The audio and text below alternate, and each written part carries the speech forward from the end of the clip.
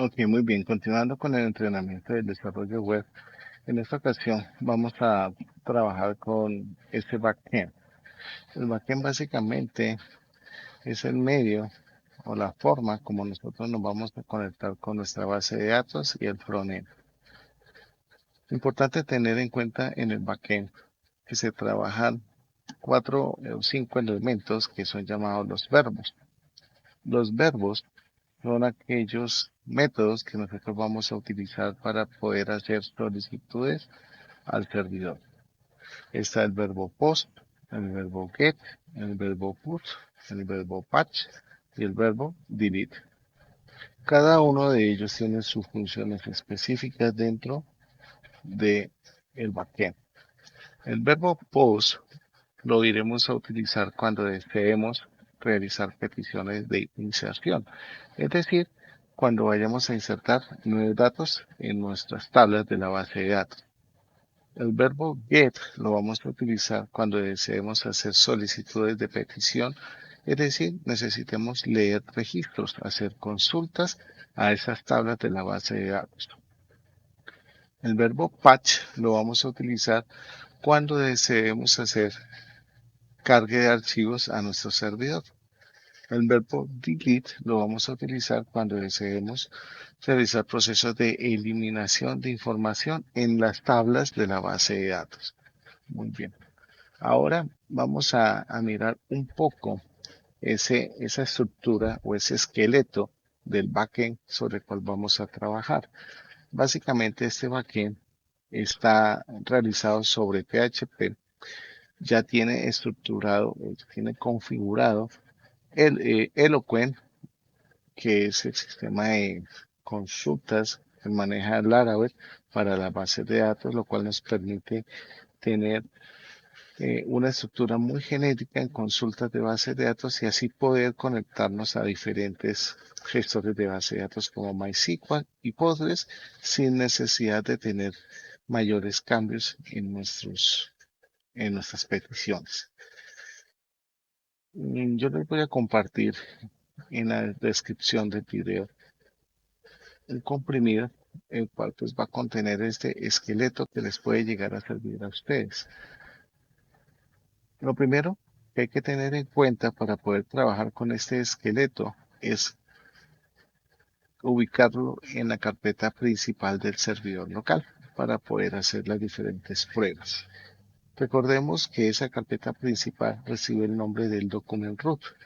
El document root lo podemos encontrar con el nombre de www o htdocs. En este caso tenemos nuestra carpeta base.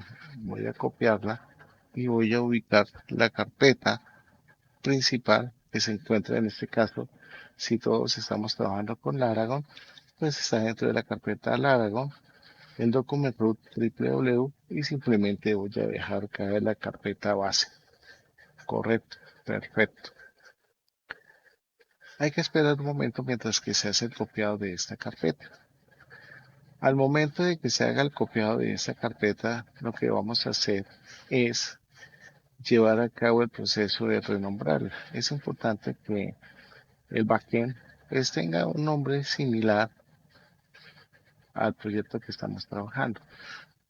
Como lo que queremos hacer es un pequeño blog, simplemente acá vamos a ponerle blog y listo. Con esto ya tenemos configurado en parte el nombre del proyecto. Ahora necesitamos abrir esta carpeta en Visual Studio Code. Para eso simplemente voy a abrir Visual Studio Code.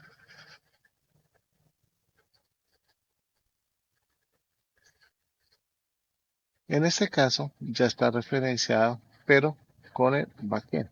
Necesito referenciarlo con el, perdón, con el frontend. Necesito referenciarlo con el backend.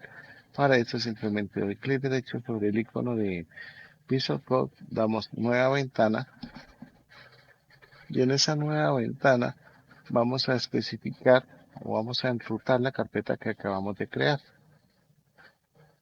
Abrir carpeta. Nos vamos para el document root, en este caso Laragon. www.blog y selecciona carpeta. ¿Qué vamos a encontrar dentro de esta estructura de backend? Tenemos varios archivos o objetos. El principal de ellos es el de configuración. De configuración vamos a hablar un poco de dos archivos, los cuales vamos a trabajar muy a menudo, que es el archivo de configuración settings. Settings contiene la configuración de, primero, la definición de la zona horaria. En este caso, pues estamos trabajando en la zona Latinoamérica, Colombia. Tenemos el redireccionamiento de cada una de esas rutas, cuál es el directorio base, en donde se encuentra la carpeta principal, en este caso public. Esto nos va a servir bastante en el caso de que estemos usando servidores compartidos para poder tener nuestra aplicación, ya que por lo general algunos backend requieren de un servidor dedicado para que funcione correctamente. Tenemos un área de configuración muy importante que es la configuración a la conexión con las bases de datos. Este skeleton contiene dos configuraciones básicas, una hacia MySQL y la otra hacia Postgres. Cada una de ellas tiene pues sus características de conectividad a la base de datos. Es indiferente si me conecto con MySQL o con Postgres. Al final, cada una de las funciones que voy a llevar a cabo para realizar consultas, actualizaciones y demás van a ser muy similares, ya que tenemos configurado Heroku dentro de este esqueleto y está funcionando correctamente. En las configuraciones de bases de datos, si queremos afectar o si nos queremos conectar con MySQL, pues simplemente modificamos estos cuatro parámetros que son el servidor, el nombre de usuario, la base de datos y el password. El servidor podemos dejar localhost si nuestro servidor de base de datos se encuentra en el equipo local. Si la base de datos se encontrara en un servidor remoto, pues tendríamos que especificar la dirección IP pública o el dominio donde se encuentre nuestra base de datos. Lo mismo pasa con Postgres. Tenemos los parámetros de configuración que son el servidor, el nombre de usuario, la base de datos y la contraseña con la cual me deseo conectar. De esta manera podemos configurar la base de datos a la cual me quiero conectar y el motor. Tenemos otro archivo que es muy importante, que es el archivo de rutas. El archivo de rutas nos va a servir para definir cuáles son las rutas a las cuales pues puedo hacer solicitudes para hacer operaciones. Notemos que aquí tenemos una estructura de ejemplo en la cual se muestra primero que estamos creando un grupo, en este caso llamado países, y dentro de ese grupo, para tener una mejor organización de las peticiones o de los verbos POST, de los verbos HTTP, pues lo que vamos a hacer es agruparlos. Tenemos crear, listar. Aquí tenemos listar por ID, en caso de que quiera hacer una consulta por código. Tenemos el put, que es para actualizar, y el delete o el delete, que es para eliminar. Ahora bien, ¿cómo hacemos para construir esa estructura fundamental dentro de este backend? Dentro de este esqueleto se les va a entregar un ejemplo, ¿cierto? Base, que nos va a servir bastante para poder referenciar. En este caso, se está trabajando con bases de datos en Postgres. Notemos que hay dos carpetas principales, una llamada Action y la otra llamada Domain. Domain va a contener aquellos elementos o funciones que me van a servir como controladores. Y Action va a contener unas funciones propias que me van a servir para establecer una comunicación entre mi ruta con los controladores y así poder hacer las solicitudes. Vamos a mirar por acá el ejemplo de países. Países tenemos dos carpetas, repositorio y servicio. Realmente esta sería la estructura principal que deberíamos tener nosotros dentro de cada uno de las peticiones que vayamos a hacer. Un consejo bastante práctico: por cada tabla que nosotros tengamos en nuestra base de datos, les aconsejo crear una carpeta para cada una de esas tablas, y en cada una de esas tablas pues tener las dos subcarpetas, que es repositorio y servicio. Esto nos va a dar una mejor organización. Ahora bien, ¿cómo está estructurado repositorio? Pues, repositorio básicamente contiene la importación del espacio de nombre, donde le estoy indicando el lugar, la ruta en donde se encuentra ese repositorio, la carpeta principal. Noten ustedes que dice países repository. Aquí estamos importando la librería PDO para poder utilizar con Postgres o MySQL y sea muy estándar. Aquí se está incorporando la librería de Illuminate para que podamos trabajar todos los elementos. Ahora bien, notemos que cada uno de estos archivos está definido por una clase, donde se define un parámetro de conexión, un atributo. Tenemos un constructor. Recordemos que los constructores en la programación orientada a objetos se utiliza para dar inicialización a los atributos. Y acá simplemente lo que estamos haciendo es estableciendo la conexión a la base de datos y poderlo utilizar. Revisemos que hay varios métodos. Dentro de esos métodos tenemos el insert. Recibimos un array. Ese array nosotros lo vamos a pasar a través de la URL. Luego de recibir ese array, lo que tenemos es que estructurar un array asociativo. Recordemos que los arrays asociativos en PHP están compuestos por un par de valores y están pues identificados por su llave, que es el nombre, y por su valor. En este caso estoy haciendo referencia a una llave llamada nombre_py y el valor que lo estoy extrayendo del array que está ingresando por parámetro. Ahora bien, como estamos usando Eloquent, aquí vamos a utilizar el objeto de la conexión. Estamos especificando el nombre de la tabla a la cual se le va a hacer el procedimiento de inserción, y aquí ejecutamos el método insert y le pasamos los datos. Esto nos va a servir para todos los elementos. Y lo interesante es que no estamos recibiendo pues, de manera tradicional, como veíamos en los videos anteriores, ese insert, el cual debíamos pasar insert into nombre, los campos, values. No, aquí no. Aquí digamos que Eloquent nos ayuda a condensar esa estructura o ese código interno y nos facilita las cosas. Lo único sí que es muy importante, debemos definir ese array asociativo. ¿Por qué? Porque él lo va a recibir como parámetro. Aquí básicamente lo que estamos haciendo es obteniendo el ID generado de manera automática. Es decir, si nuestra tabla genera un serial, como es en Postgres, o un autoincrement, como lo es en MySQL. Como es normal, todas las solicitudes tienen una respuesta. Y si el procedimiento de inserción se lleva a cabo correctamente, pues básicamente yo devuelvo una respuesta para notificarle al usuario que todo salió ok. Y para eso se utiliza este array asociativo, que al final en ese frontend lo voy a poder utilizar para identificar ciertos elementos. Por ejemplo, podría obtener la llave autoincremental que se generó.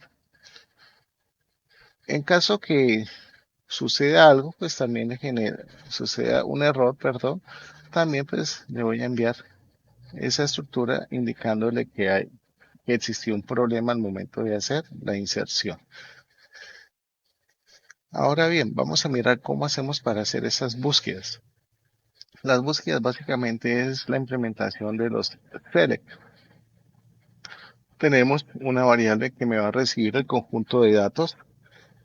Voy a utilizar de igual manera la función de conexión a la base de datos, donde voy a especificar cuál es la tabla que va a estar afectada. Shutterflock es para abrir los registros de forma segura. Quiere decir que este registro no va a poder ser modificado hasta que no se suelte la consulta, es decir, hasta que no se almacene el resultado completamente. Get es el método to array para convertirlo en array y así poder retornarlo. ¿Por qué? ¿Por qué to array? Porque si nos damos cuenta, esta función me retorna un array. Lo mismo pasa con el de buscar por registro, por ID. En este caso, pues tenemos la misma consulta, la misma conexión, la tabla, pero aquí se le agrega la función web para poder especificar la condición de consulta. Es decir, si voy a consultar sobre el ID o sobre una cédula, pues acá estoy estableciendo esa condición. Lo mismo, obtengo el valor y lo convierto a un array. Notemos que cuando se hace por método where, no puedo hacer shutterlock, ¿sí? Entonces es muy importante. Si ustedes quieren saber más sobre las funciones de Eloquent aplicadas dentro de Slim, pueden consultar la página oficial de Eloquent, que es bastante descriptiva. Aquí tenemos cómo eliminar el registro. Lo mismo, fíjense que la estructura es muy similar. Lo único que cambia acá es la manera de que aplicamos la ejecución de la tarea, ¿no? Tenemos la tabla países, web. Acá estamos pasando el conjunto de elementos, en este caso por medio de un array asociativo como la condición, y podemos agruparla y aplicamos el dip. Lo mismo, retornamos la respuesta si todo fue correcto o retornamos una respuesta si algo salió mal. El proceso de actualización es igual. Lo único que varía con respecto al de inserción es que acá le damos update y le especificamos una condición. Es muy importante tener en cuenta siempre que las condiciones de actualización y eliminación siempre se van a ser basados en una condición. Y recordemos que esa condición siempre debe estar basada en la llave principal, de mi tabla. Ahora bien, estos controladores, ¿cómo los llamo? Para eso está el archivo de servicios. El archivo de servicios se encarga de llamar cada uno de esos métodos de manera muy sencilla.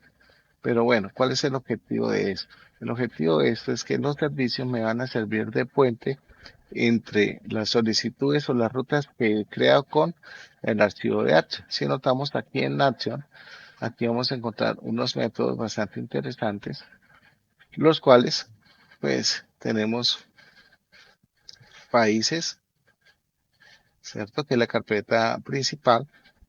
Y más abajo pues empezamos a hacer la llamada de cada uno de estos elementos.